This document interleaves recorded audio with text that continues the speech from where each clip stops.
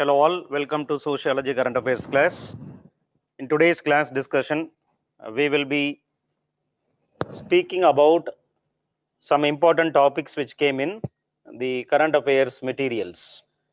Materials in the sense it is like the Hindu newspaper, the Live Mint, Economic and Political Weekly, Frontline. So these are the major sources which I have been relying upon to give you a class on this sociology current affairs. In the last sociology current affairs class, we spoke about COVID and the society. How COVID is making Dr. Ambedkar come true. How COVID is increasing the instances of violence against women, called a shadow pandemic by the United Nations Women. How coronavirus resulted in reverse migration. And city as the epicenter of epidemic disease. For the last topic which we covered, I think. City is the epicenter of epidemics. The loss of community life in city has resulted in the spread of coronavirus in manifold times. The loss of community life. I'm just going to give you a small briefing on what I have concluded in the last class. After which I will start with the new topics for today's class. We spoke about how the urban places, especially Mumbai and all, women will have to go to purchase water from the underworld market. There is an underworld market for water because there is no adequate water supply, and therefore women, especially in the slums, the Asia's biggest slum called Dharavi is in Mumbai, and women will have to go to procure water in the early morning time, where she is subjected to sexual assault or at least verbal sexual remarks.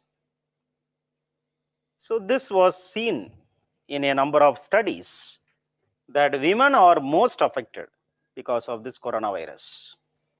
And when it comes to city, there is a loss of community life. When you go to a village, there is some sort of solidarity which comes. There is a strong sense of social support system in the rural places, which is very miserably missing in these cities. So what happens is, in city, nobody is bothered about the other.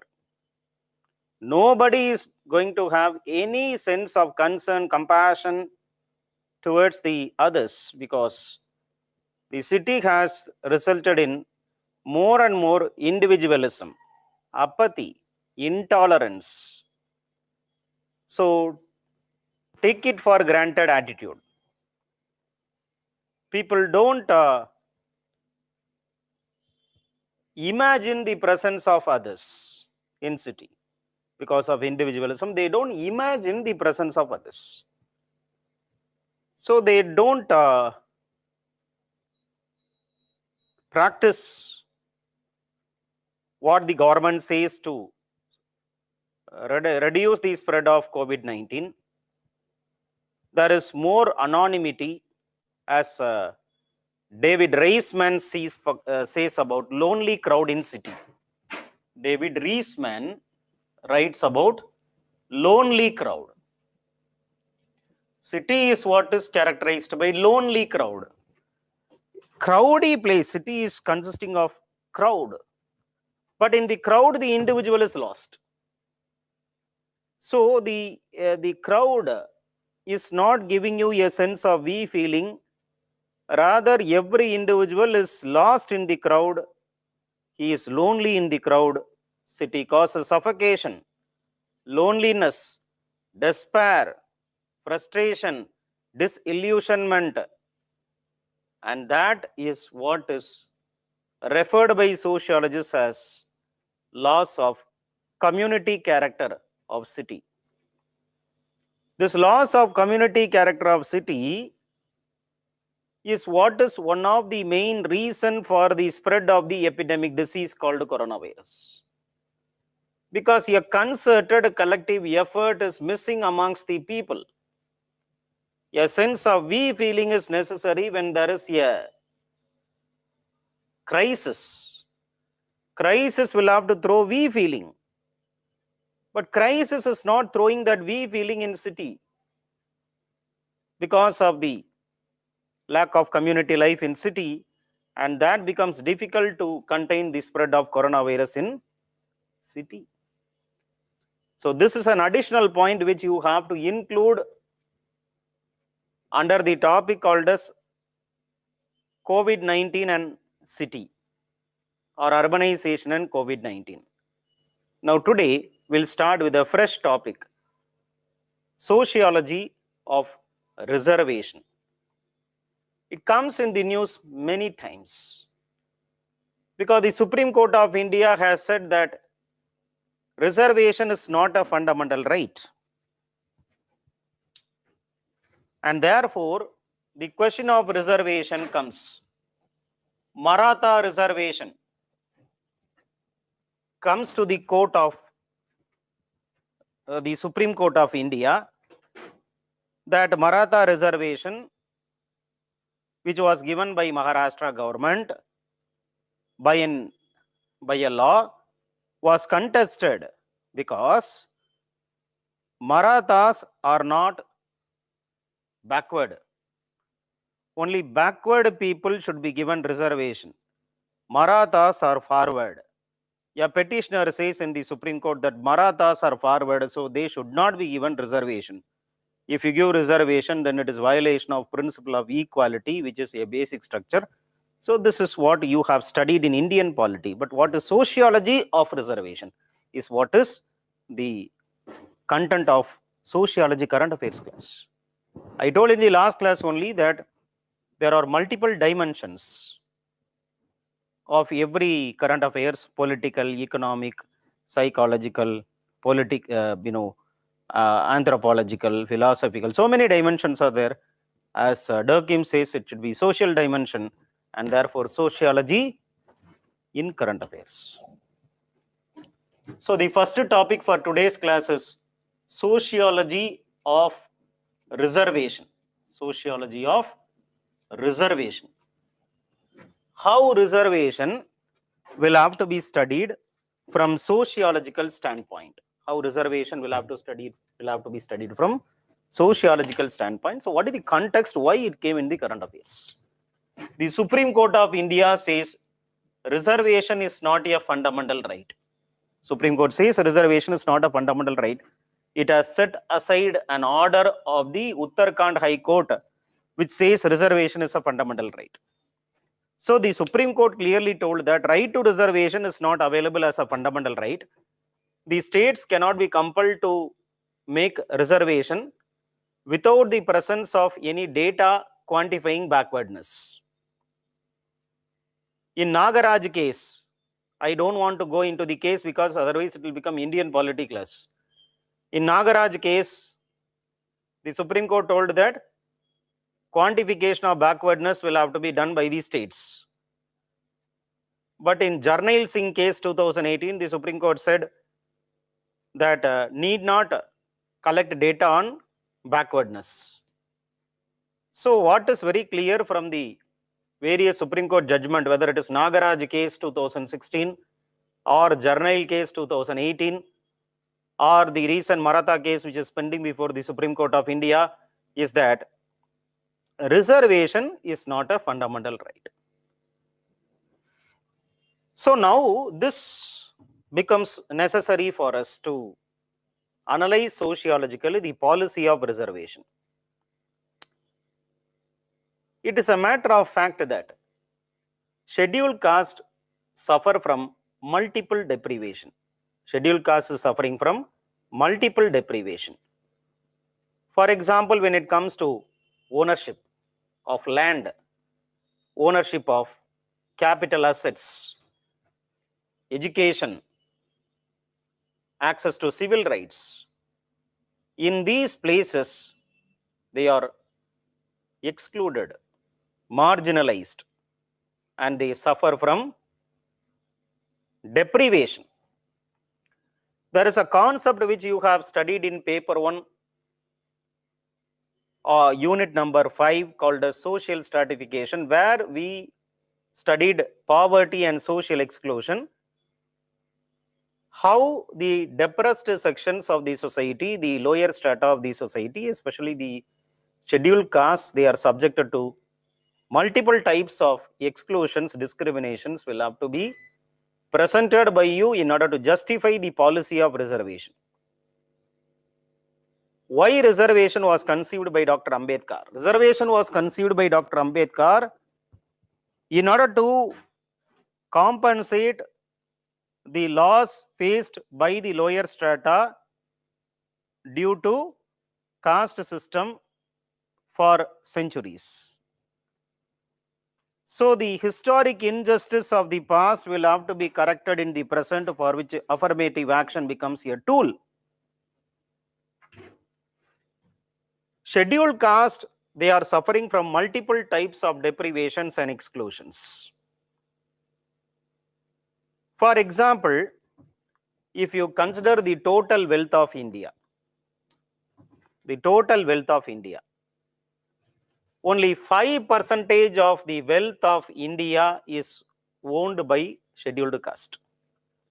Their population is 16 to 17%. 16% of the population is owning only 5% of the national wealth. Only 16, they are having 16% of the total population is scheduled caste population, but their share is only 5% of the national wealth. In terms of agricultural land, it is found that only 5% of the agricultural land is owned by scheduled caste. Only 8% of the buildings are owned by scheduled caste.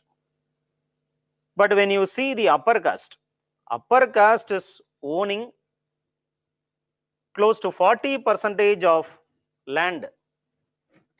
So 5% of land is owned by scheduled caste. You have to make a comparison. When you write an answer, you have to justify your answer using facts. Facts are very, very important. Don't miss out facts. Even in sociology answer, your answer should be backed by fact. Then only it will give you authenticity. Otherwise, it will be like you are writing your own story. So when you compare scheduled caste with the high caste, when it comes to land ownership, 40% of the land is owned by higher caste, whereas only 5% of land is owned by the scheduled caste. Similarly, 8% of building asset, when it comes to building, 8% of total building is owned by scheduled caste, whereas 39%, or even you can say 40% of building is owned by the higher caste. So the population is 16%, but the share of this population in the national asset or the wealth is just 5%. And look at the education, higher education. Only 20% of the scheduled castes are able to have access to higher education, whereas close to 45% of the higher caste are having access to higher education. So the access of the scheduled caste to higher education is also very, very, very low access to higher education. Similarly, their representation in government sector is also very low. They are underrepresented in the government services, overrepresented in poverty, overrepresented in the manual workers, overrepresented in the malnutrition. Underrepresentation in the government services, overrepresentation in poverty, malnutrition, and wage labor. 50% of the Dalits, they are dependent on casual labor, wage labor. Half of the Dalits are only manual workers.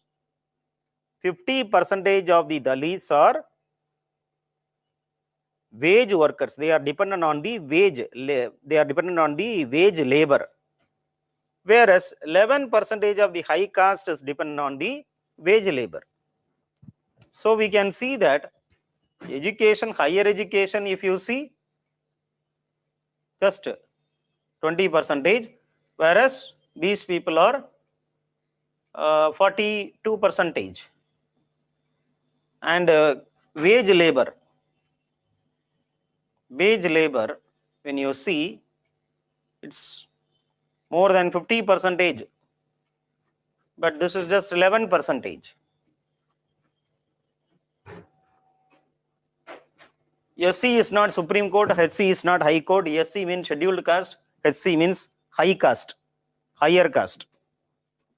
Normally in Indian polity, we used to compare these two courts now. So now come to the discrimination faced by the Dalits. More than 4,000 cases were registered under anti-discriminatory laws for discriminating Dalits. More than 4,000 cases filed between 2001 to 2013 data says. More than 4,000 cases are filed. Many cases are not filed. Filed cases are 4,000 plus. So, PO Act, protection from atrocities, SC/ST or SC/ST Atrocity Act, they used to call 1989, SC/ST Atrocity Act. More than 4,000 cases were filed between 2001 to 2013. More than 4,000 cases have been filed annually, not just from 1 to 14. In the 10-year period, every year 4,000 cases are filed. I told that filing of a case under the SC/ST Act is very, very difficult, because when the discrimination was done by upper caste, which are very influential in that region, police do not file a FIR. They don't take the complaint.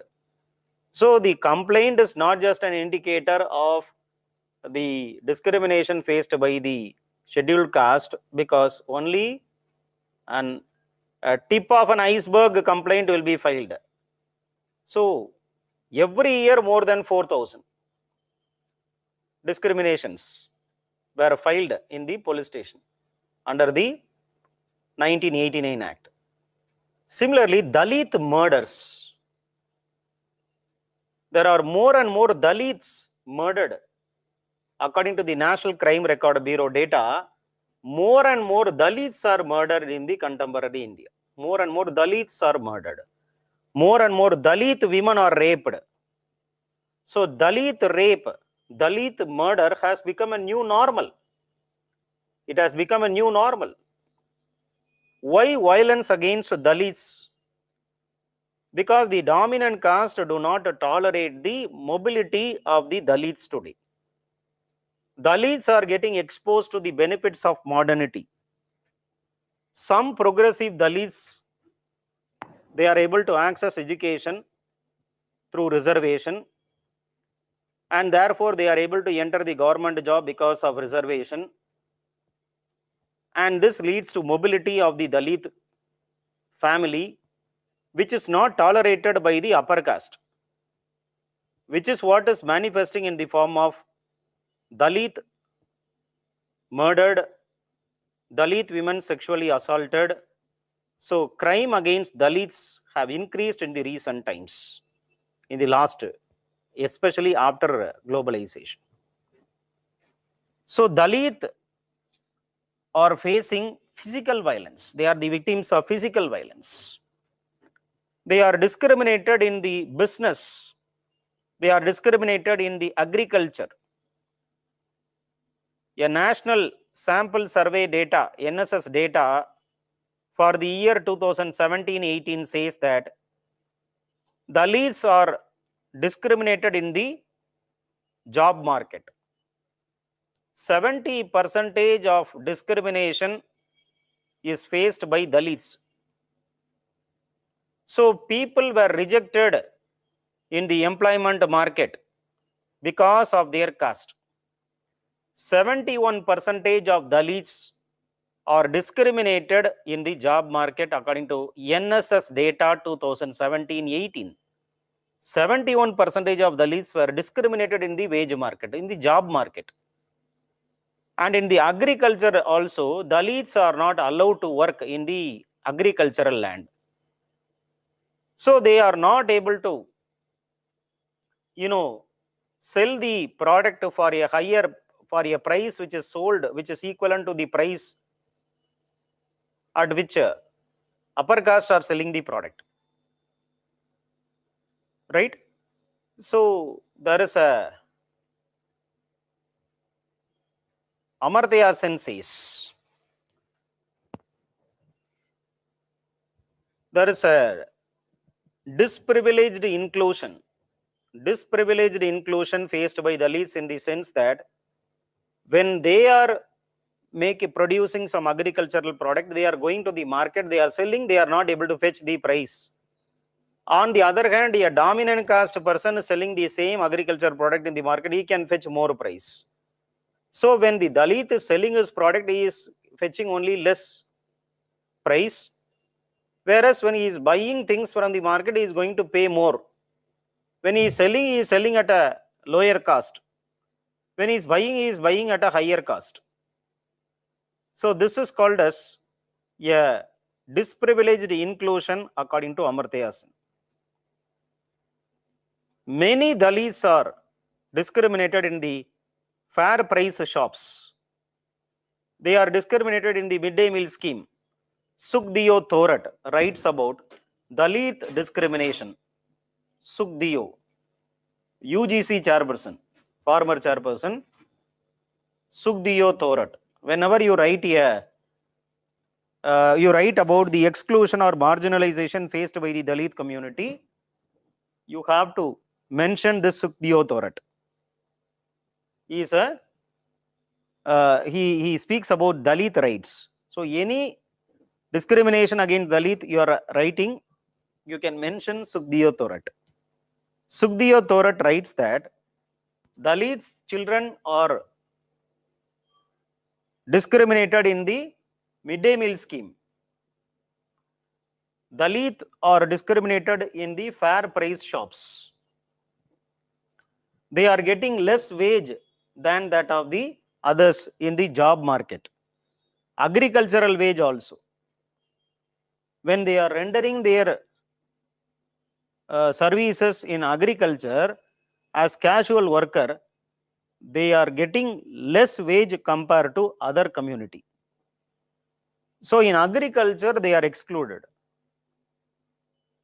In the midday meal scheme, Dalit cooks are not allowed to cook the food. When Dalit cook was cooking the food, when a Dalit woman was cooking the food for the midday meal scheme in a school in Tamil Nadu, dominant caste parents came and pressurized the school headmaster to, stop this Dalit cooking food for their children. And the Dalit cook was stopped from cooking the food.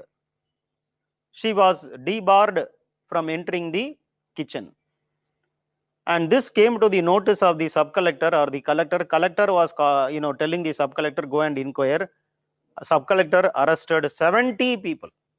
FIR was filed on 70 parents belonging to the upper caste when they protested against the Dalit cooking food in the midday meal scheme in a state of Tamil Nadu. In the state of Tamil Nadu. So Dalits are discriminated in the job market. They are discriminated while buying the agricultural inputs, while selling the agricultural outputs, they face discrimination. And reservation is a necessary safeguard against discrimination. Reservation is what? A necessary safeguard against discrimination.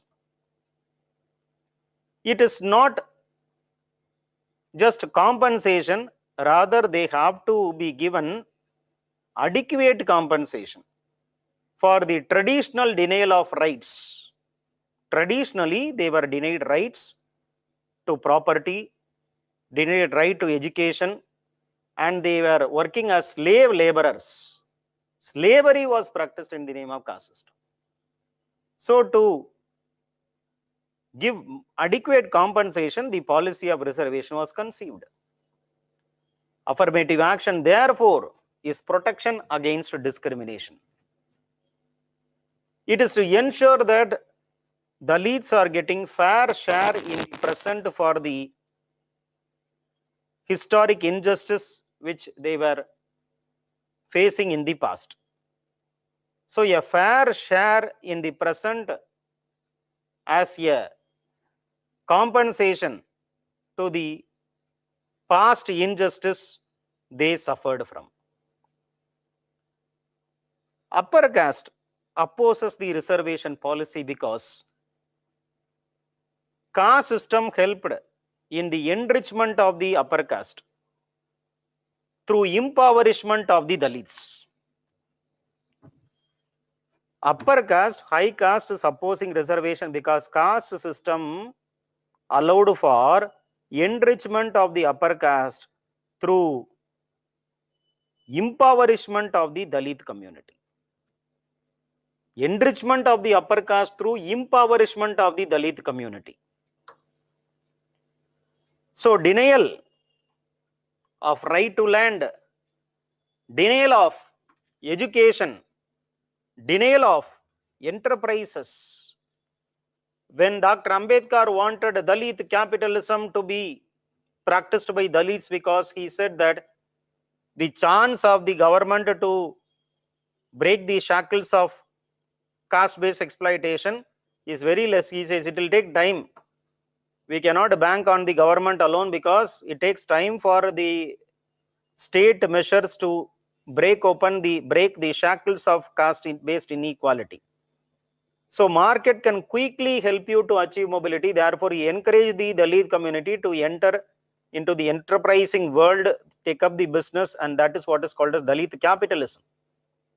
But Dalit capitalism is not able to uplift the Dalit community because Dalit capitalism exposed the system of capitalism. It exposed the system of capitalism. The system of capitalism is not progressive capitalism, liberal capitalism. The system of capitalism is crony capitalism. What do you mean by this? Crony capitalism. Capitalism is crony capitalism. Crony capitalism means capitalism is not growing because of the enterprising attitude of the business community. Capitalism is growing only because of the contact which they have. Contact which they have. It is because of your closer proximity with the already strongly present business firms. It is because you have closer connection with the governing elites that you are able to reap the business benefits out of that. So your proximity with the politician, with the governing elite is adding to your prosperity, not your business acumen. Just you have proximity with the governing elite and you are influencing them, bribing them, getting lucrative contract, government contract, and you are enriching yourself. So it's not because of your business acumen, but because of the contact you have with the politicians or the governing elite, and that is called as crony capitalism. So capitalism is not liberal capitalism. Capitalism is crony capitalism. Capitalism is based on the contact network, social capital, and Dalits do not have social capital. So when they enter the business, they have nobody from the supply of raw material till the identification of the consumer.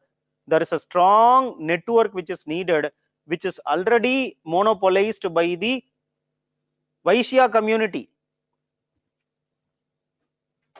You look at the top business magnates in India, Ambani, Adani, they belong to which community? Baniya community. Baniya is who? Trader community. Trader means Vaishya community. Out of top 10 billionaires in India, 9 belong to Vaishya community. And this proves sociology, right, that caste and occupation is still having a closer connection. Caste is not dislinked from occupation, as it was told by 19(1)(g), Article 19(1)(g). Right to avocation is your fundamental right, that you can choose your occupation irrespective of your caste, but still caste is an occupational group in India today. So Dalits are not able to fare well in business. You should understand that those who are criticizing reservation policies believe that reservation policy will be against merit. It will only breed mediocrity. It will replace meritocracy with mediocrity, which will result in the inefficiency of administration. They cite a provision in the constitution called as Article 335. What Article 335 says? Article 335 says two things. One, you have to ensure that the SC/STs are adequately represented. So SC/ST representation. Second part of 335 says administrative efficiency. You have to consider the scheduled caste and scheduled tribes in the administrative positions. But at the same time, you should not, you should not compromise with administrative efficiency. Two things spoken by 335. Representation should be given to the lower caste. Number two, by giving representation to lower caste, ensure that the administrative efficiency is not compromised. Now, problem is what? When they are giving SC/ST reservation, those who are criticizing reservation, they say that administrative efficiency will be violated. Administrative efficiency will be violated. Indian Railway is the largest employer, government employer. In Indian Railway, Deshpande study says, because since it is the largest employer, more number of reserved people are working in Indian Railway. 16% of railway should consist of what? SC. 8% of Indian Railway should be of ST. So more number of SC/ST is working in Indian Railway. Study of Indian Railway by Deshpande says that those who joined Indian Railway under reservation, they are not inefficient. There is no connection between inefficiency and no connection between efficiency and reservation. Reservation is not violating efficiency. Example, railway. More number of people, numerically speaking, more number of reserved community is working in Indian Railway. Indian Railway, there is no proof to tell that because of this reserved community, there is inefficiency in Indian Railway. No, there is no necessary connection between efficiency and reservation.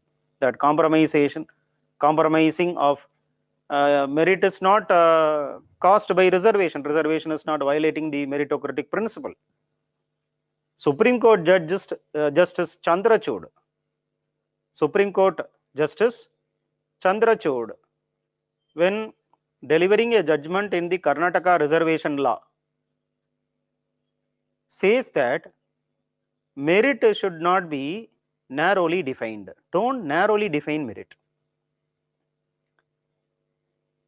So it is a myth that many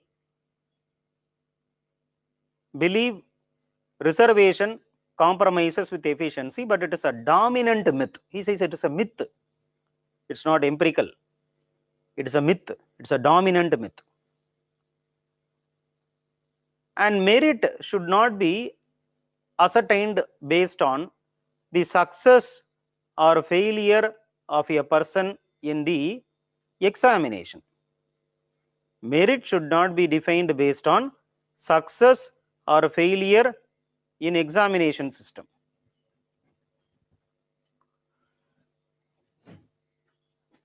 Then what is merit?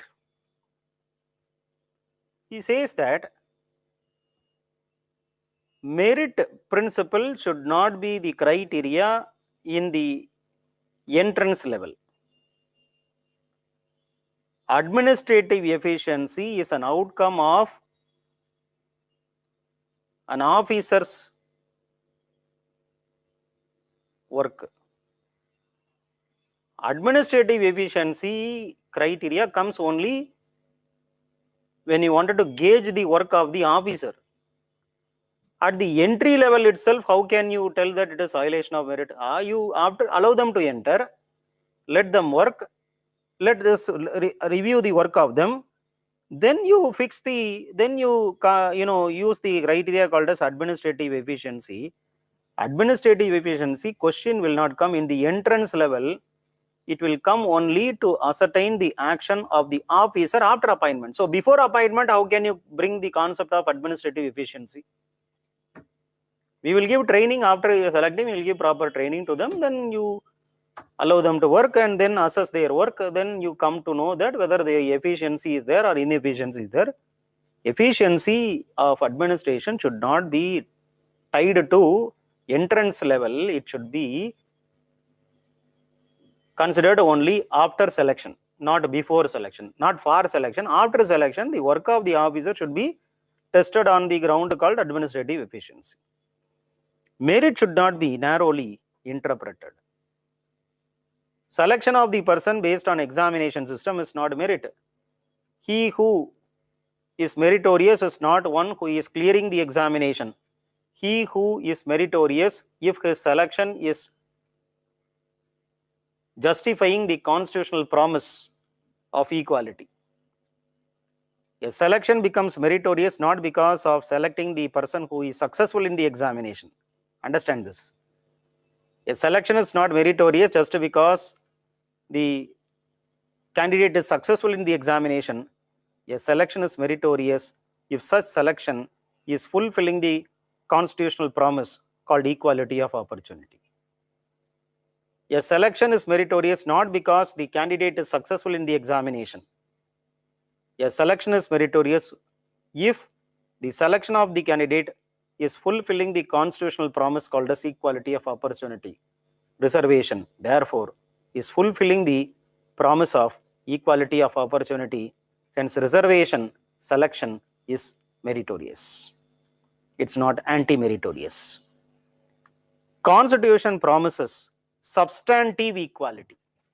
What Constitution promises is substantive equality. It is substantive equality. Constitution promises what? Substantive equality. Substantive equality has four important dimensions. What are the four important dimensions of substantive equality? Number one, redressal of disadvantage. Redressal of disadvantage. Number two, address stigma, stereotyping, prejudice and violence. Number two, address stigma, stereotyping, prejudice and violence. Number three, enhance voice and participation. Enhance voice and participation. Number four, accommodate differences and achieve structural change. Number four, accommodate differences and achieve structural change. These are the four dimensions of substantive equality. Reservation promises these four dimensions. Therefore, reservation is an instrument or it is a means or vehicle for fulfilling substantive equality, which is a foundational principle of Constitution. So, we see that economically people can be equal, but economically equal people will not become socially equal. For example, a Brahmin, a Lingayat, and a person belonging to Mala caste, a person belonging to Mala caste, a Brahmin, a Lingayat, a person belonging to Mala caste, they may be economically equal, but they are not socially equal. So reservation is for parity. Reservation is not for charity. Reservation is for parity. Reservation is not for charity. Affirmative action is not only about individual liberation. Affirmative action is not only about individual liberation and equality, it is about redistribution of power to the marginalized and the discriminated groups. Affirmative action is not just for individual equality or liberation. Affirmative action is for redistribution of power to the marginalized and the discriminated sections. And reservation is promising this redistribution of power to the powerless. Empowerment of the powerless is what is the objective of resolution and their objective of reservation, and therefore sociology of reservation tells you that reservation through or affirmative action is the only tool which is developed by democracy to give adequate compensation to the historic injustice meted out by the discriminated sections of the society in the form of structural inequality, let it be caste system in India, let it be race system in America. This is what is the answer which you have to write. You tell me where and all you can write this points which I have told. This concept can be used in paper 1, unit 5, social stratification. This concept can be used in paper 2, social structure, caste system. This can be used in law as an instrument of social change, law and social change, constitution and social change. It can be used in backward class movement. It can be used as identity based movement, right? It can be used in challenges in social transformation, caste conflicts. So sociology is a very fantastic subject because you can use the points across the papers. Sociology is a very fantastic subject because you learn something, you can use it in many places. You can use in unit number 1, unit number 5, paper 1. You can use in, I told no, backward class movement. You can use in Dalit consciousness, which comes very repeatedly in the question. You can use in caste conflict. You can use in constitution and social change. So this is what I wanted every one of you to understand and apply, that if you have studied something in one place, it is not with respect to that place, it can be used in many places. It's like a salt. Sociology points are like salt which can be used in many places. Most of the food items will have salt, so it can be used across units and papers. Now next topic is also very, very important. The topic is about the problems or the troubles of Dalit movement. Second topic, the troubles of Dalit movement. Dalit consciousness is a very, very evergreen question in UPSC Sociology paper 2. Dalit consciousness is an evergreen question. Very, very favorite question for UPSC. Dalit consciousness.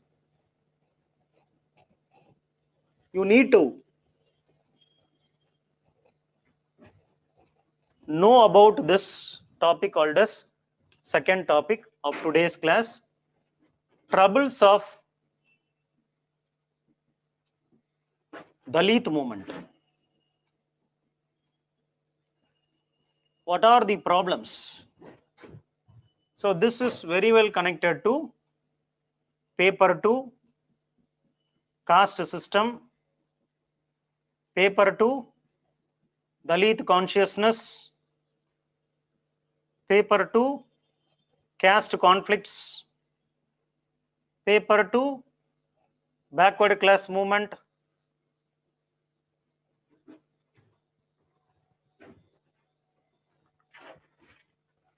and as I have told, even in paper 1, social stratification, unit 5.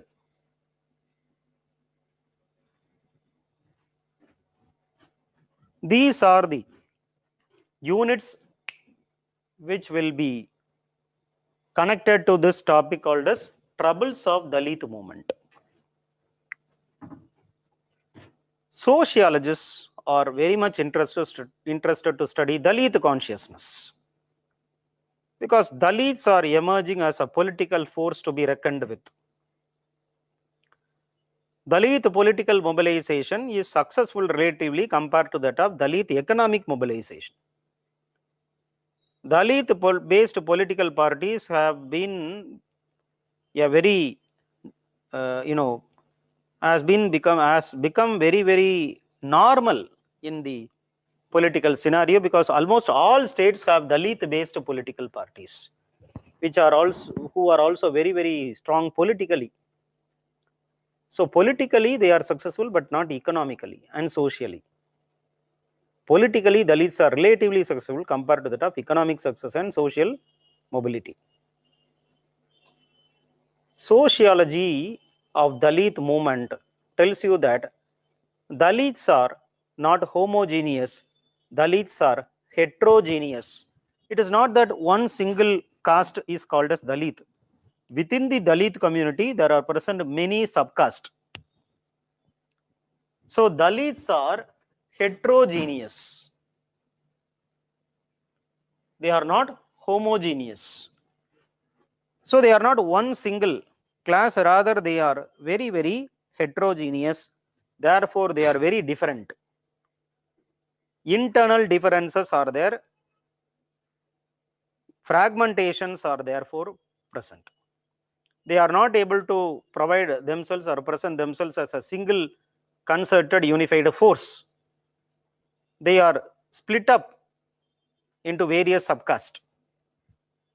So each subcaste of Dalit is floating a political party, and they are rivaling each other. They are not coming together, they are rivaling each other. One subcaste, Dalit subcaste, is joining electoral alliance, is having electoral alliance with one party. Another subcaste of Dalit is having electoral alliance with another party. So rather than they forming one single united front, they are divided, they are fragmented, they are split up into many groups. And there are self-seeking leaders who wanted to divide the Dalit unity so that they can politically get mileage. So self-seeking Dalit leaders or Dalit elites is a very important reason for fragmentation of Dalit internally, intra-Dalit fragmentation, because of the heterogeneous character, because of the self-seeking leaders of Dalit community. There are different types of Dalits. Some Dalits are assertive Dalits. Some Dalits are very conservative Dalits. Some Dalits are, third generation Dalits. Some Dalits are elite Dalits. So there are many types of Dalits. Dalit, therefore, is not one single group. Take, for example, salaried Dalits. Salaried Dalits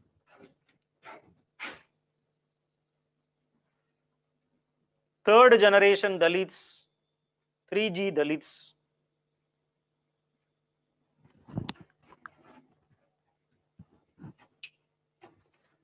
Third generation Dalits, self-obsessed Dalits,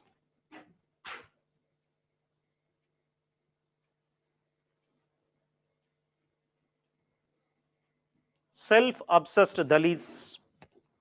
Likewise, you can speak about many different types of Dalits. Privileged Dalits. Privileged Dalits.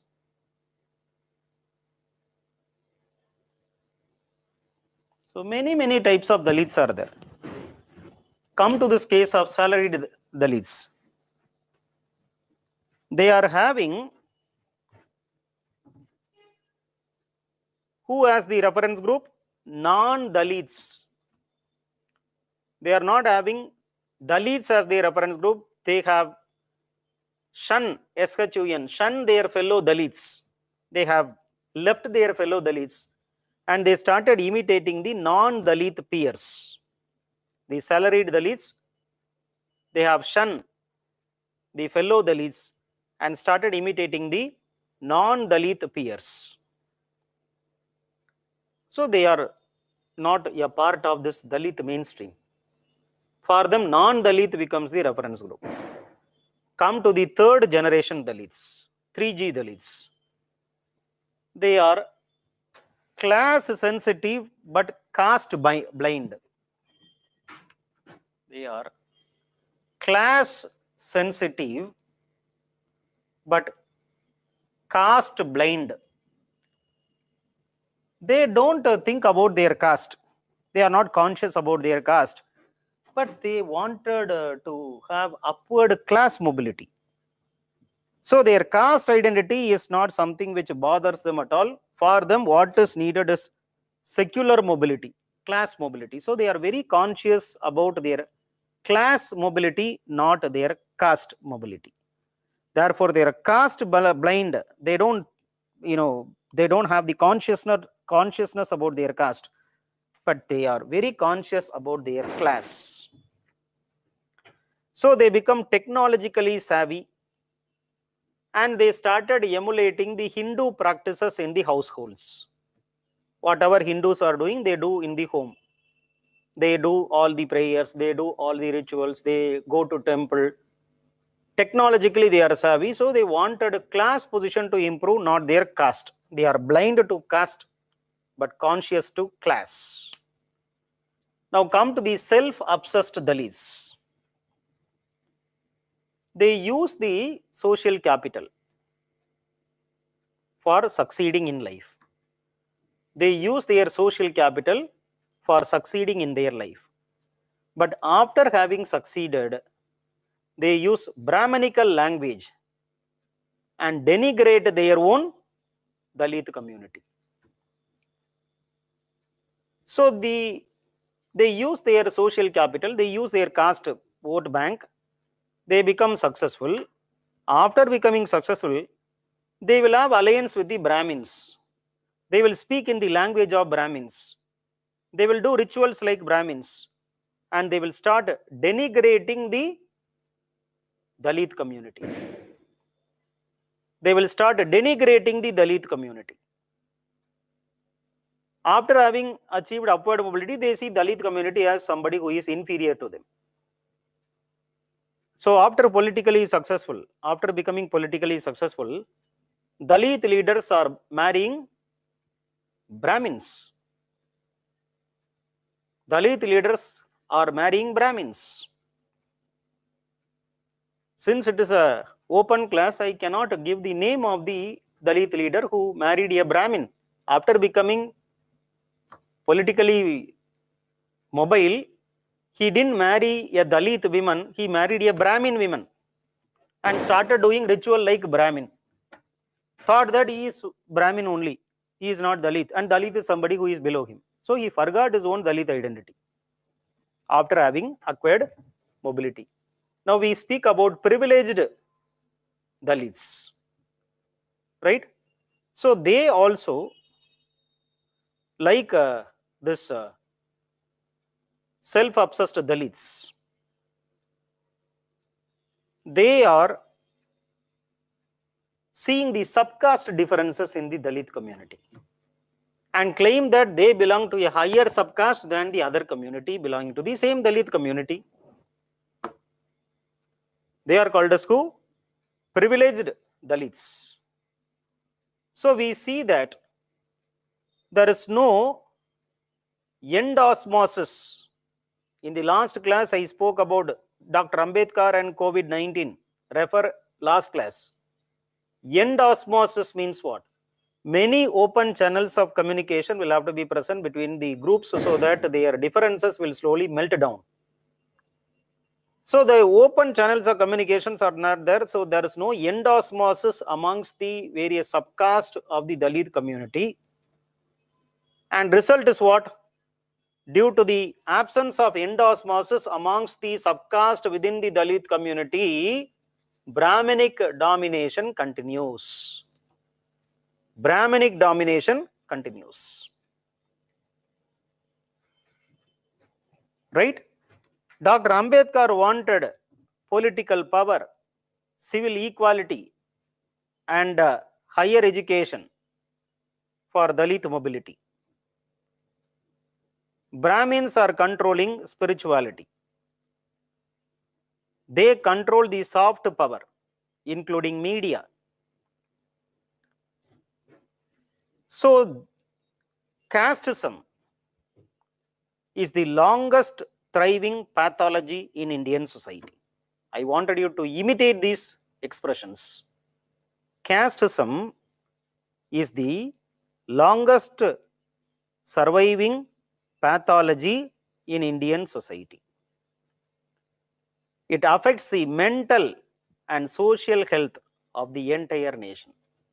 It affects the mental and social health of the entire nation. Dalits are living a life in the state of hatredness, devaluation, pain, and suffering. They are leading a life of de-evaluation or devaluation. Upper caste are devaluing the life of the Dalit. Devaluation, discrimination, pain, suffering, hatredness.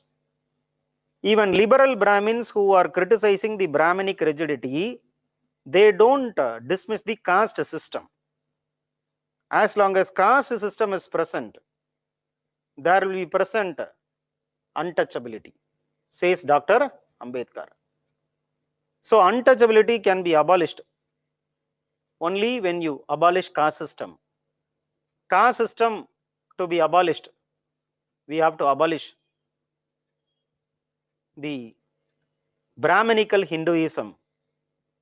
So rejecting Brahminical Hinduism, Dr. Ambedkar embraced Buddhism along with 5 lakh Mahars of Maharashtra.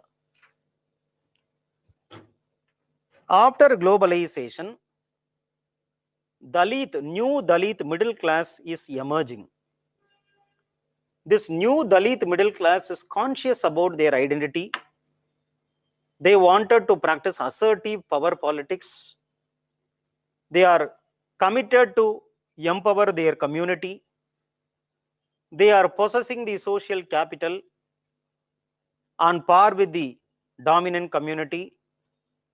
And therefore, Dalit mobilization is emerging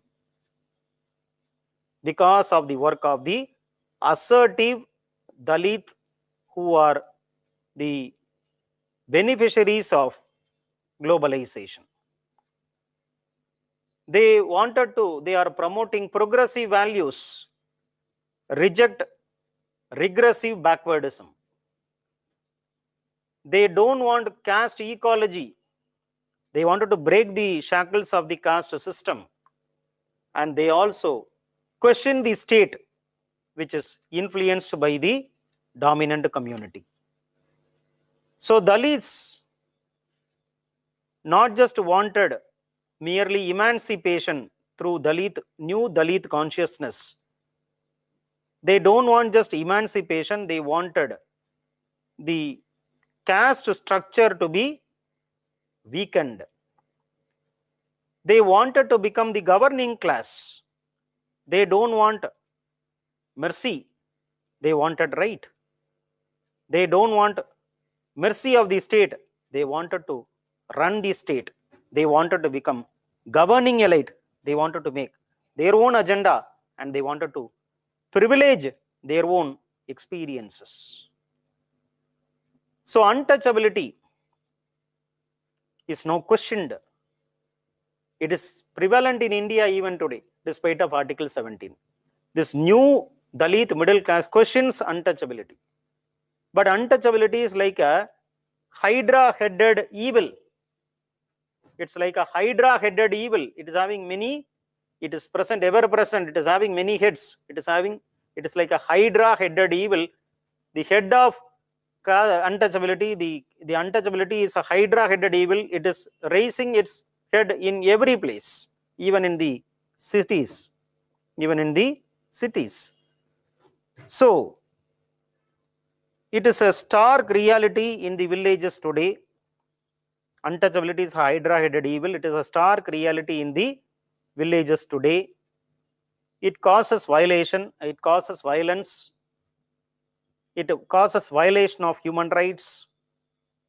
It is humiliating the lower caste, and therefore untouchability needs to be abolished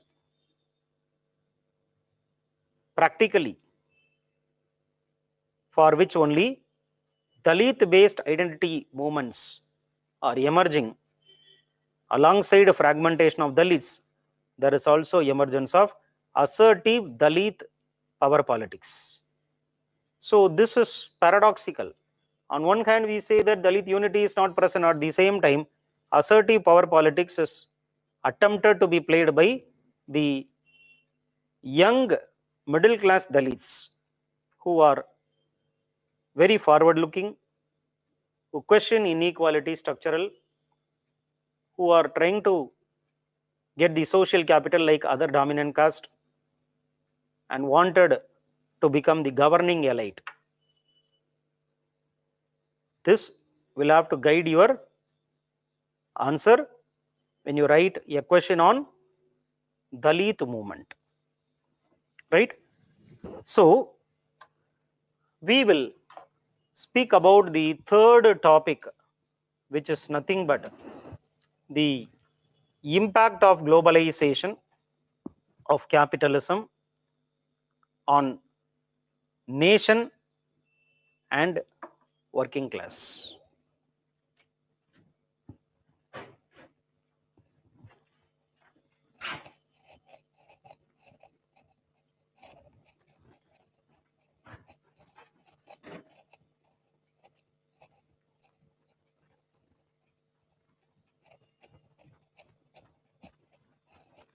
Capitalism, nationalism,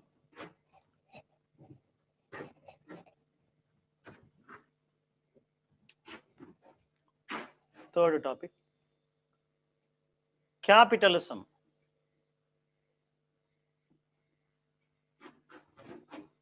virulent nationalism, and proletarian internationalism.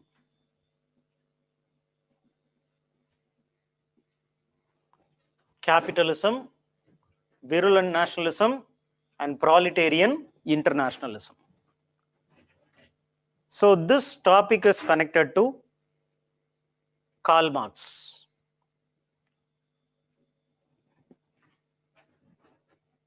Right? This topic is connected to labor and society.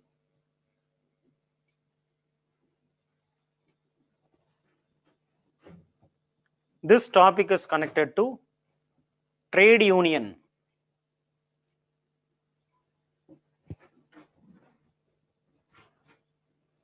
These are present in the syllabus. Karl Marx, labor and society, trade union. These are the topics connected to this current affairs topic. Syllabus connected to current affairs topic. Now we see that globalization of capitalism has influenced the North as well as South. North means developed countries, South means developing countries. The wave of capitalism has started moving from the west to east. Capitalism cannot be stopped. Capitalism cannot be stopped. George Packer,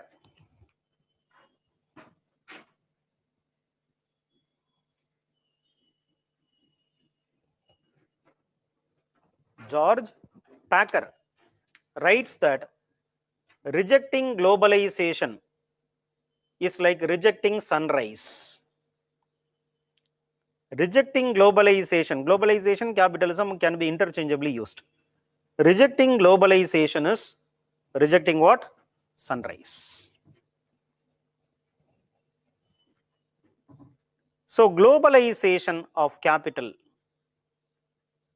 wants globalization of trade union.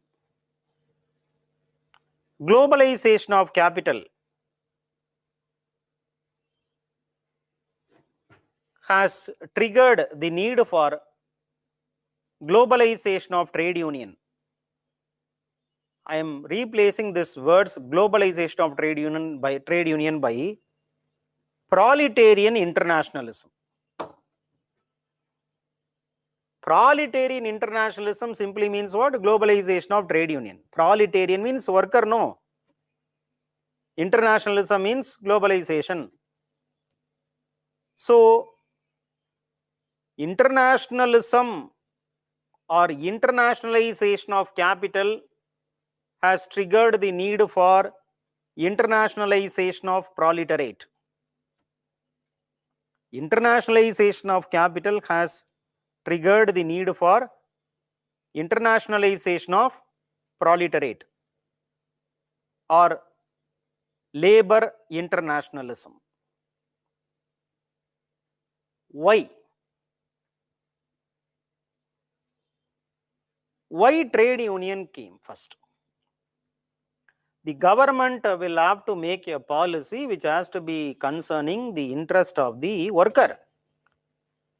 The government policy should not be against the worker. The owner will have to be regulated by the government by making trade union law, workers' safety, workers' income security, workers' leisure, working time will have to be regulated.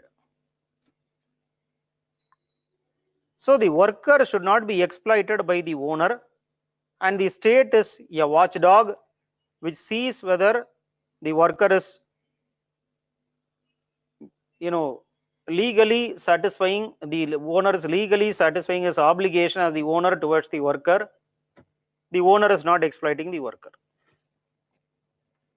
So trade union became closer to the government because government is protecting the working class, supposed to protect the working class. But now what happens? Trade union cannot depend on the government because all the national governments have become members of World Trade Union, World Trade Organization, in the name of harmonization of trade rules, in the name of liberalization of trade in goods and services, wanted all the national governments to make a policy in tune with the policies of the WTO. So deregulation,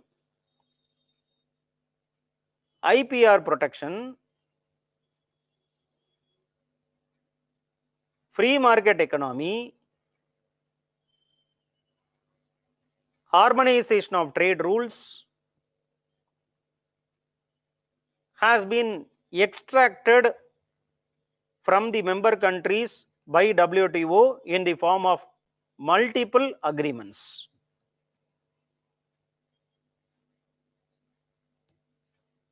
Like General Agreement on Trade in Services, like trade related investment measures, like trade related intellectual property rights, like agreement on agriculture, like sanitary and phytosanitary measures. A number of trade related standardization has been done in the form of WTO agreements. In the past, the trade union is dependent on the state or the government to protect the worker. Now the government is in favor of the WTO. Now workers wanted other workers associations. So there should be, like there is deterritorialization caused by globalization, there should be deterritorialization of trade union in the sense that national trade union will have to have connection with the other trade unions of different parts of the world, resulting in the creation of international trade union. There is one union network, international global union, UNI global union.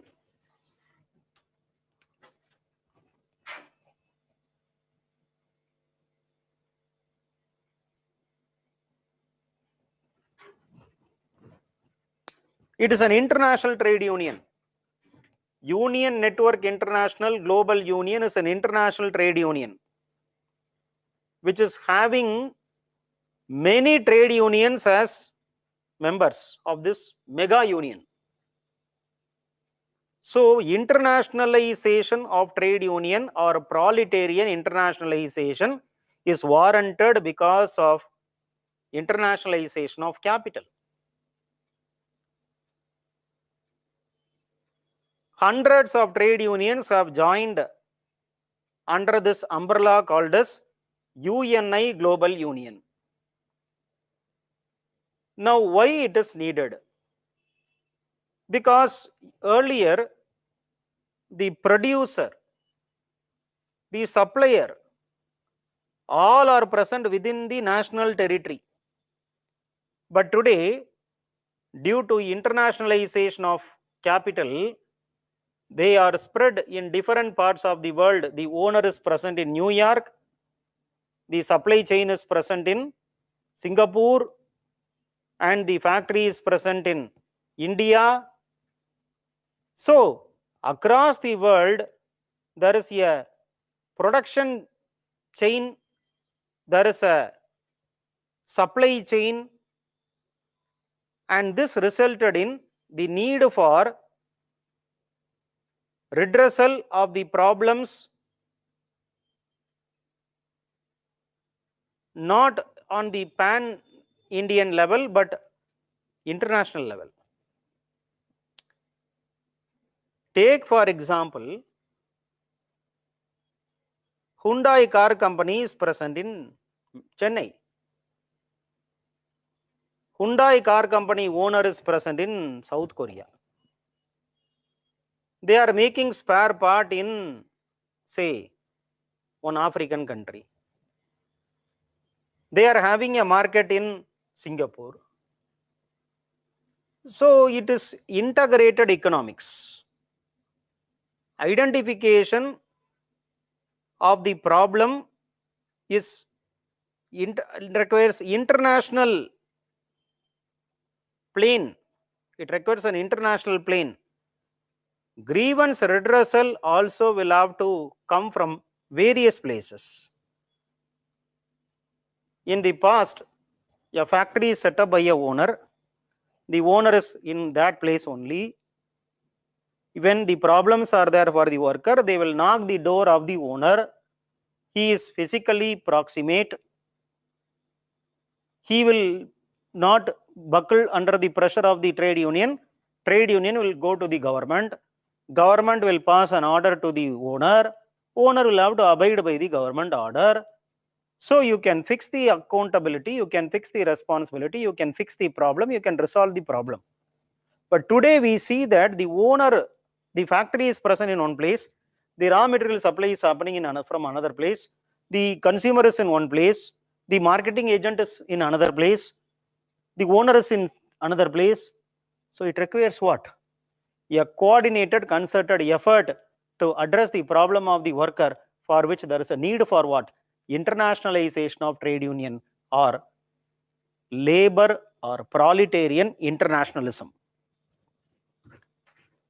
So as capital becomes global, labor also should become global.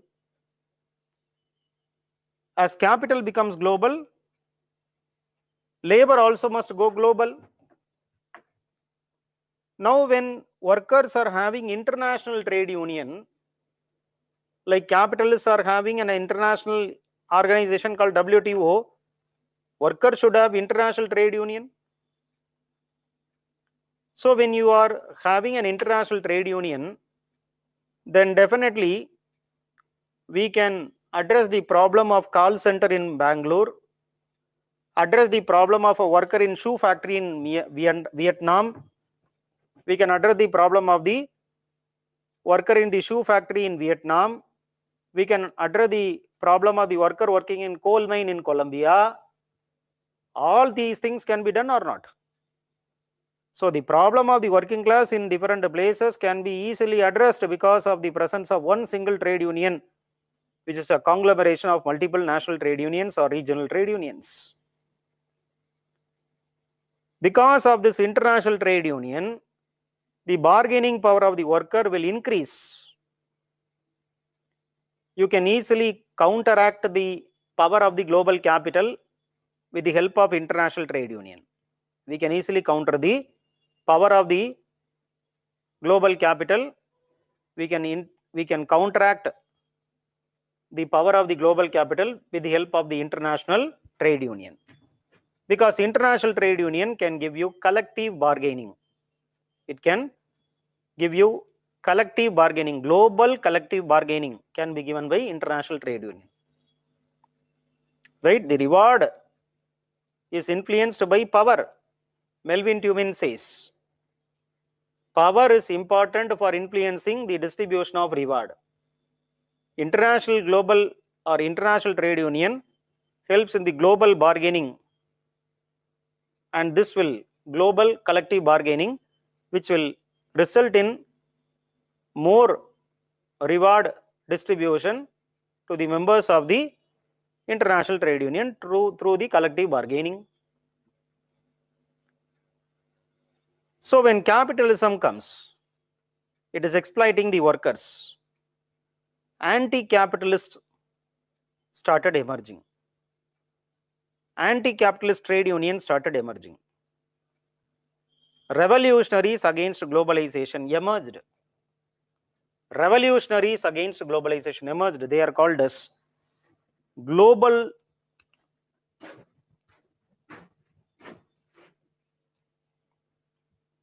plus revolutionaries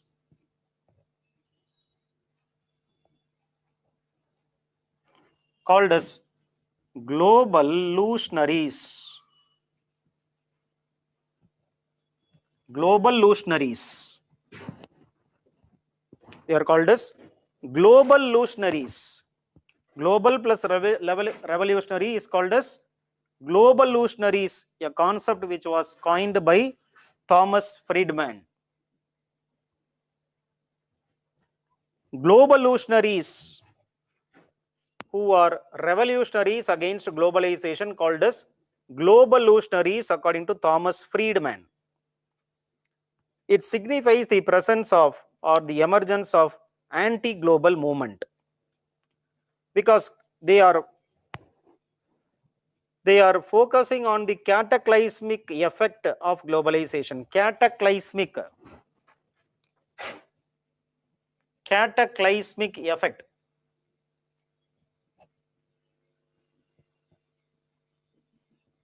Cataclysmic effect of globalization. Globallutionaries. So the government, in order to seek the comparative advantage benefit, is going for liberalization, accepting to the international body like WTO, and this has resulted in resentment by the local population. The national population finds that globalization is totally depriving their livelihood, causing high unemployment, more insecurity, increasing anxiety, more vulnerability. It is only making the rich richer and the poor poorer. Seeing the negative elements, negative effects of globalization, there is a virulent nationalism which appears today. Seeing the negative effects of globalization, virulent nationalism comes. Seeing the negative effect of globalization, capitalism, proletarian internationalism also came. Virulent nationalism. What do you mean by virulent nationalism? Nationalism which is giving importance to the interest of the people, people's interest first. Aggressive nationalism. Aggressive nationalism. So, for example, Donald Trump says,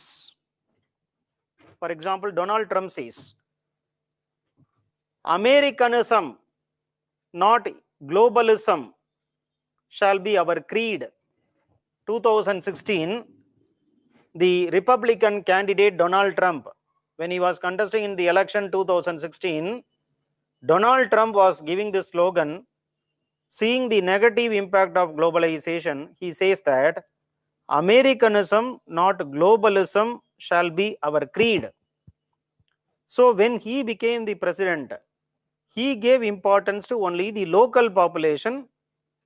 He even threatened last year that he will walk out of WTO. He walked out of the Paris Climate Agreement. He walked out of Paris Climate Agreement. He walked out of World Trade Organization. He threatened to walk out of the World Trade Organization. He gave importance to the national sovereignty or economic sovereignty of the nation. America, whenever its globalization is threatening their interest, they are not cooperating. They will walk out. Walking out is American way of, convincing the people, protect the people, policy of protectionism in response to the negative impact of globalization. We know that 60% of the BPO, business process outsourcing, is by India. So Indians are overwhelmingly represented in the BPO sector, IT enabled sector. And this is causing unemployment problem for the local Americans. So therefore, restrictions were imposed by the American government when Donald Trump came. H1B visa restrictions were very stringently imposed. Even when Obama was president, he was, wanting to encourage the companies who are giving employment to Americans, not to outsiders.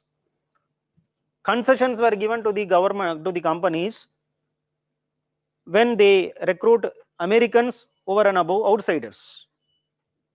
So therefore, not just Donald Trump, even before Donald Trump, Barack Obama spoke about Americanism. And Trump wanted to take it to the next level, that he was even daring to cut off his ties from with WTO. WTO is an organization of capitalism. And capitalism is affecting them badly, they take a stand based on patriotism, not globalization, not internationalism, nationalism. So virulent form of nationalism, sometimes they take the ethnicity, ethnic nationalism, nationalism based on religion, nationalism based on language, they are called as virulent nationalism, cultural nationalism. Aggressively they will practice nationalism. So in the recent times, because of the dysfunctions of globalization of capitalism, virulent nationalism and international labor unions are gaining currency. What is a nation? Nation is an imagined community according to Ernest Gellner. What is nation? Nation is, according to Ernest Gellner, Nation is an imagined community. Nation is an imagination. Nation is not real. It's an imagination. Nation is imagination. So nation is not real. It is an imagination. So we can construct the imagination. It is a mental construct. This approach is called as constructionist approach. So his approach is constructionist approach or constructivist approach. Gellner's approach is constructivist approach. Nation is an imagination. Smith, Brass, they speak about nation. Brass and Smith writes about nation. Brass and Smith writes about nation. Nationalism can be best understood as an outcome of premeditated manipulation by political elites. Nationalism is an outcome of premeditated manipulation by political elites of the public masses, their cultural symbols, language, and articraft to craft national identity that strengthens the legitimacy of the existing political order. What is nationalism? According to Brass and Smith, nationalism is an outcome of premeditated manipulation by the political elites of the public masses, cultural symbols, language, in order to craft national identity that helps to strengthen the legitimacy of the existing political order. So the governing elite, the ruler, he wanted to strengthen his position. For strengthening his position, he is wanting a national identity. He is wanting to craft a national identity by premeditated manipulation. By premeditated manipulation of public cultural symbols, language. So the one who is ruling, one who is politically ruling, the leader wanted to strengthen his power. He wanted to justify his rule. For that, he wanted to create a national identity by manipulating the people, by manipulating the cultural symbols, by manipulating the language. So this is what is nationalism. Nationalism, therefore, is a product of manipulation. Nationalism is a product of imagination. Nationalism is not real. It's manipulation, imagination. It is only a deliberate creation of the politician or the power center to continue to dominate the people. So for the sake of nation, you have to accept this policy. For each and everything, for the sake of nation. For the sake of nation. For the sake of nation. So they trigger this nationalism through which they wanted to strengthen themselves. Understanding this or not? For your understanding purpose, don't write this in the thing which I am going to give you as example, don't write in the examination because it is against the government. It is not my personal view. I have taken the points from the journals which are very sociological in nature, and I am taking a clue from one of the journal which writes about how nationalism is triggered during coronavirus, COVID-19 and nationalism. COVID-19 has become our third eye. Each and everything we have to see through this eye, third eye called as coronavirus, COVID-19. COVID-19 and nationalism. You just remember, we have to ring the bell, light the candle.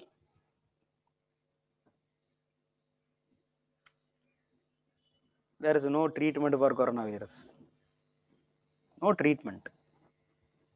So public will fear. Public will get irritated of the government because you are not able to come out with vaccine. There is no vaccine. No treatment. Now what government will do? Government will trigger a sense of nationalism amongst the people. How?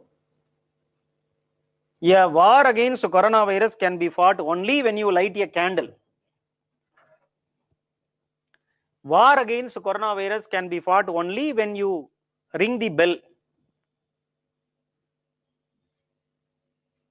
War against coronavirus will be fought only when you switch off the light. War against coronavirus will be won only when you praise the frontline health workers, corona warriors. So helicopters will go, will spread,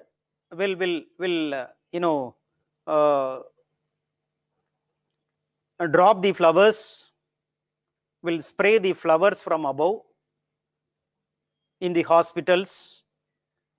The doctors and the health workers will have to stand, and from the sky, helicopter will shower the rose flowers on them as a gratitude towards their, all these are what?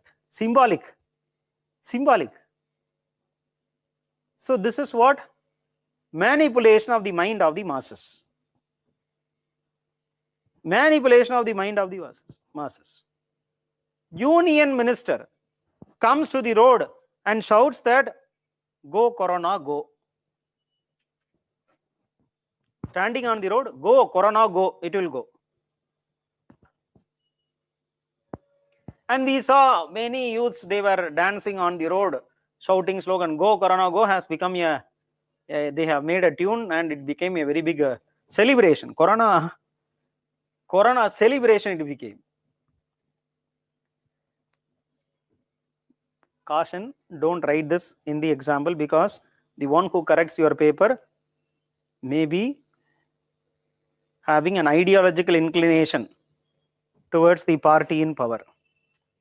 But for your understanding, I am telling, right? So I am a sociology teacher as well as a sociology student. I don't have any, I wanted to study something like Durkheim wanted to study agnostic approach towards religion, scientific approach, neither supporting nor opposing. That is my approach. Remember this. Right? Neither supporting nor criticizing. Scientific approach. My approach, agnostic approach. But I am taking the thing which came in the newspaper and telling you, make you understand the concept which I am speaking about, not to be written in the examination because it is highly sensitive. So today nationalist feelings are becoming very high. Economic nationalism is becoming a very prominent form of nationalism. Economic nationalism, Make in India campaign, Skill India campaign, Rejuvenating India. What is rejuvenating India? India's Atma will have to be protected. Right? So what is the slogan of the government? Atma, fill the blank. Understanding now how nationalism is becoming very, very pronounced today. The nationalist feeling is running very high. Very high it is. So on one hand, you have nationalism which is based on patriotic nationalism or positive patriotism. So positive patriotism means what? You have your own group feeling. We feeling will be there amongst the group of people. That is called as positive patriotism. We feeling. No problem. On the other end, you have another type of nationalism called as virulent nationalism, which means we versus they.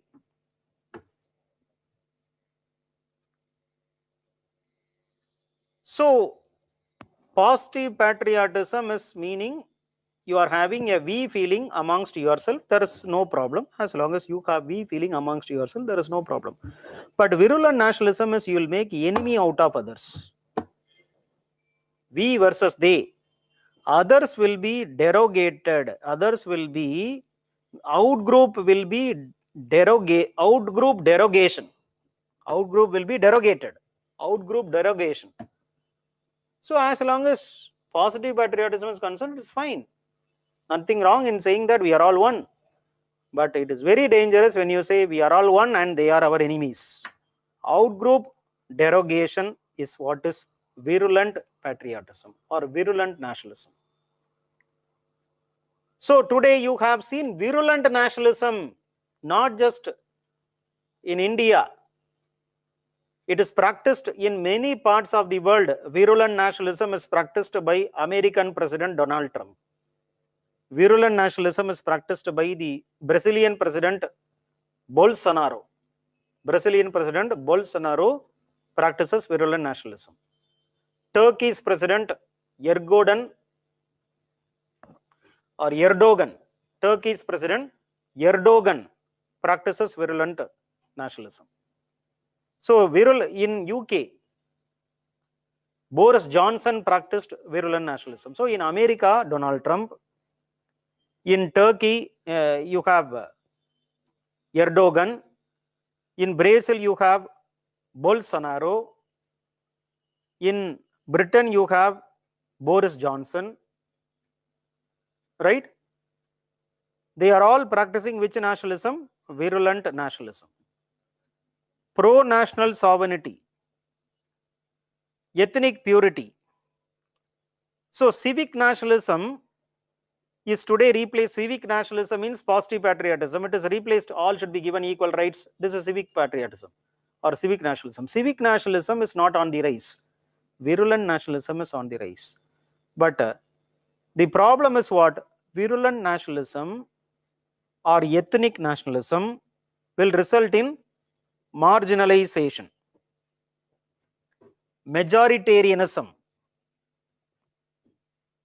What is majoritarianism? It's about what majority wants, it has to be done. Majoritarianism. In a democracy,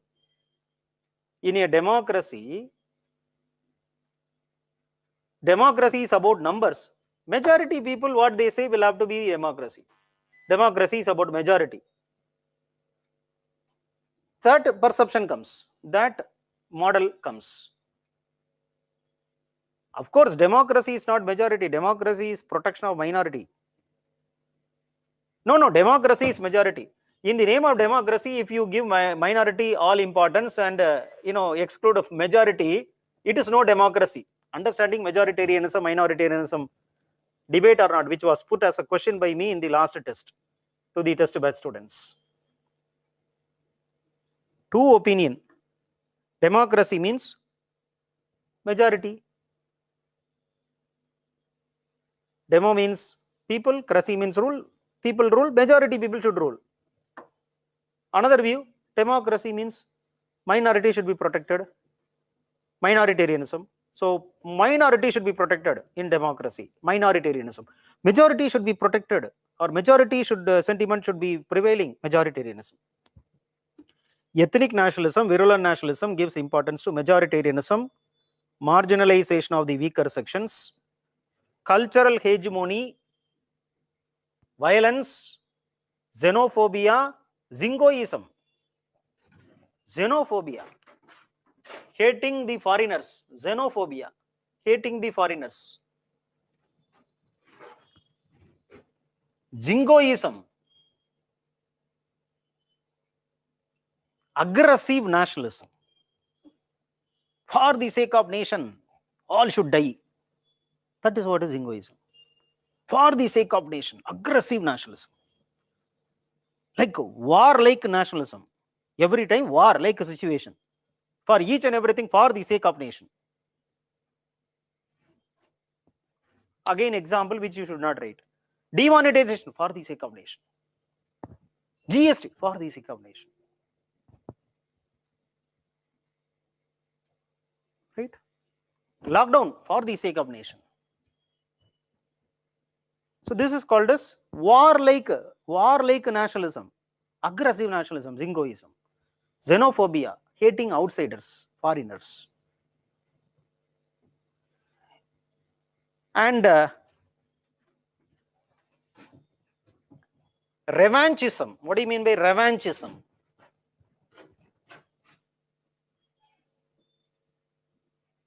What do you mean by revanchism?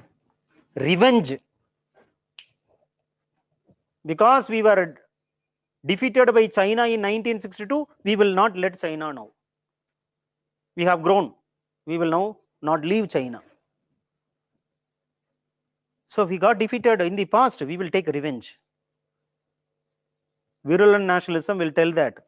Therefore, frequent contradiction, confrontation with China. Frequent standoff with China. Anyhow, we wanted to take revenge for the past defeat, which was humiliating. Eugenics, selective breeding. Eugenics, selective breeding. Selective breeding. Understand this. One variant is love jihad. This is one variant. Love jihad is one variant. Muslims should not marry Hindu women. Love jihad is what? Protecting the purity of Hinduism. Eugenics, selective breeding. Interreligious marriages will have to be avoided. We should maintain the pure race, pure caste. Eugenics, selective breeding. Exclusion, exclusive politics. All are the manifestations or the components of virulent nationalism. Virulent nationalism.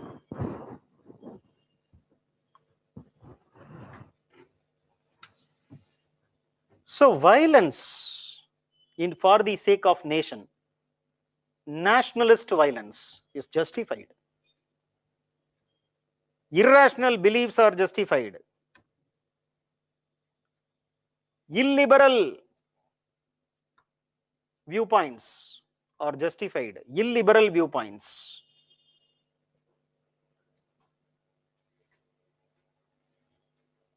When society grows, it wanted an avenue for economic growth. Avenue for economic growth is nationalism. As a society grows, it transforms, it wanted the means to achieve economic growth, and that avenue for economic growth is creating a nation. Gellner says, when society grows, it transforms, it wanted to grow economically. For that economic growth, it wanted a nation. So nation will be created for economic growth. Nation is not having reality. Nation is imagination. We wanted a group of people wanted economic growth, so they become a nation. American nationalism is an example. You come from any country, become American, accept the American culture, contribute for the success of America, And America, through dual citizenship, encourages such things or not. Anyone should contribute to American growth. So we don't have any problem. You be a citizen of India, you be a citizen of Israel, you be a citizen of America, no problem. You be a citizen of South Korea, you be a citizen of America, no problem. Dual citizenship. Because for them, what is important? Economic growth is important. So therefore, Ernest Gellner says, when a society grows, it transforms, it wanted an avenue for economic growth, and that avenue is nationalism. And nationalism is needed for economic growth. Nationalism is needed for economic growth. Therefore, dual citizenship is allowed in America. Anyone come to America, become American, contribute to the economic success of America, you will get benefited, we will get benefited. That's all. So for economic growth, the nation is needed. And when nation can be offering you economic growth, when you have some standardization. When you have some standardization. Standardization in education. Standardization in education. Standardization in education. So national education policy,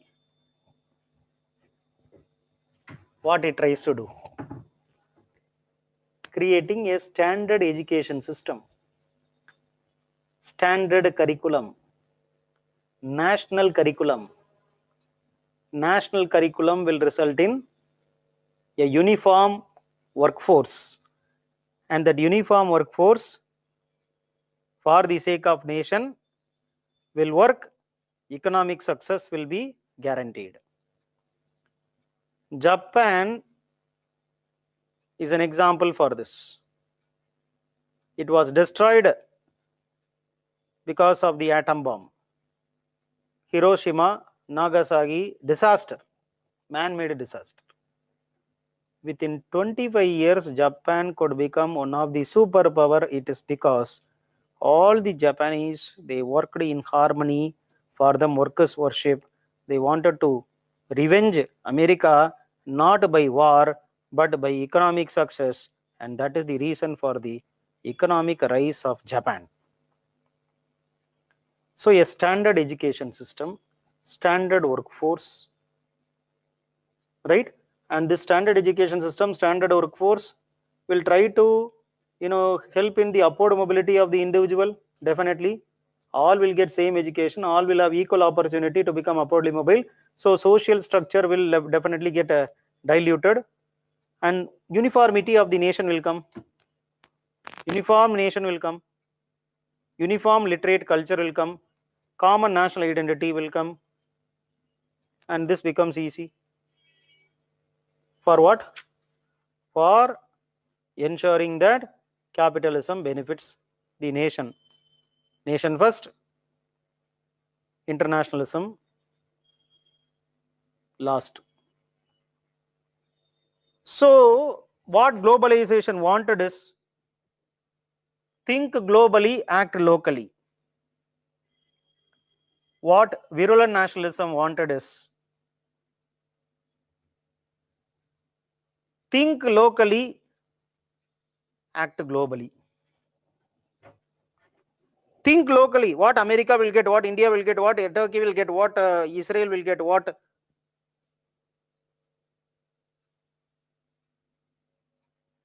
our country will get.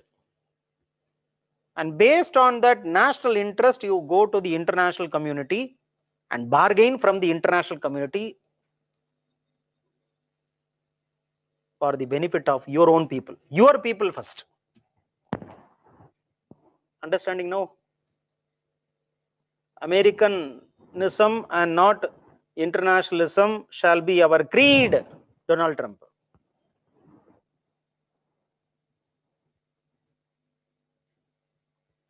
So we have seen in this class, globalization of capital on one hand resulted in globalization of trade union called labor internationalism, on the other hand virulent nationalism, policy of protectionism, policy of protectionism. India, you see, Brazil you see, America you see. So virulent nationalism is therefore on the rise, not civic nationalism, which gives importance to inclusive politics. Virulent nationalism, exclusivism, opposite people, opponent or opponent, our group is superior, their group is inferior, we have to revenge them, we should not allow them to marry women belonging to this group, love jihad, rising violence, all for the sake of nation. That is why it is called as nationalist violence. There should be a cow slaughter ban national level. There should be uniform civil code. There should be Ram Mandir.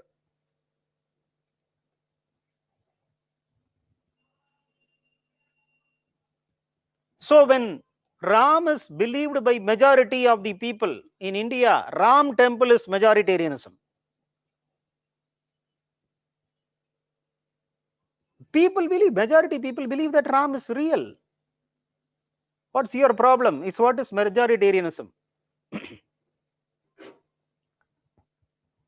Whether Ram existed or not, really, we don't know. State says, court says, Supreme Court says, whether Ram really existed or not, we don't know. But truly, we believe that all majority of the Indians believe Ram is real. He is God.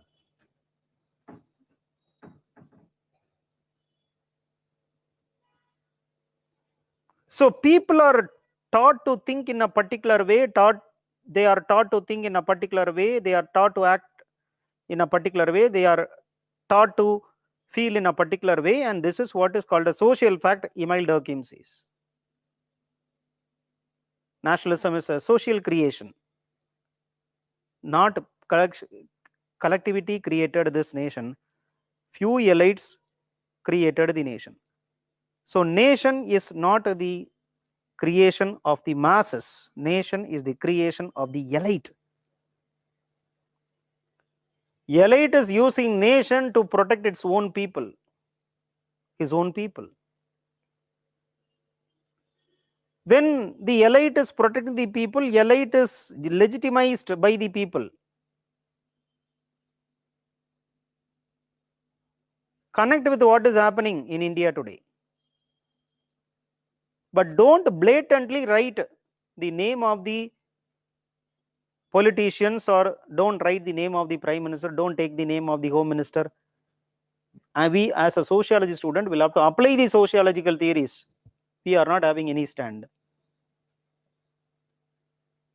We don't have any stand. We take the point from the sociologists and we give. When you say that it is elite nationalism, you give the name of Smith, Brass, Ernest Gellner. Right? So, we have given a very elaborate lecture on this nationalism, which can be used in Karl Marx, Labor and Society, Trade Union. I am adding another topic called as nationalism in political system. Paper 1, paper 2, both paper you have this politics and society, where you have to write about this. They'll ask about ethnic nationalism. Ethnic nationalism is a product of today revival of ethnic nationalism because of the local interest threatened by globalization.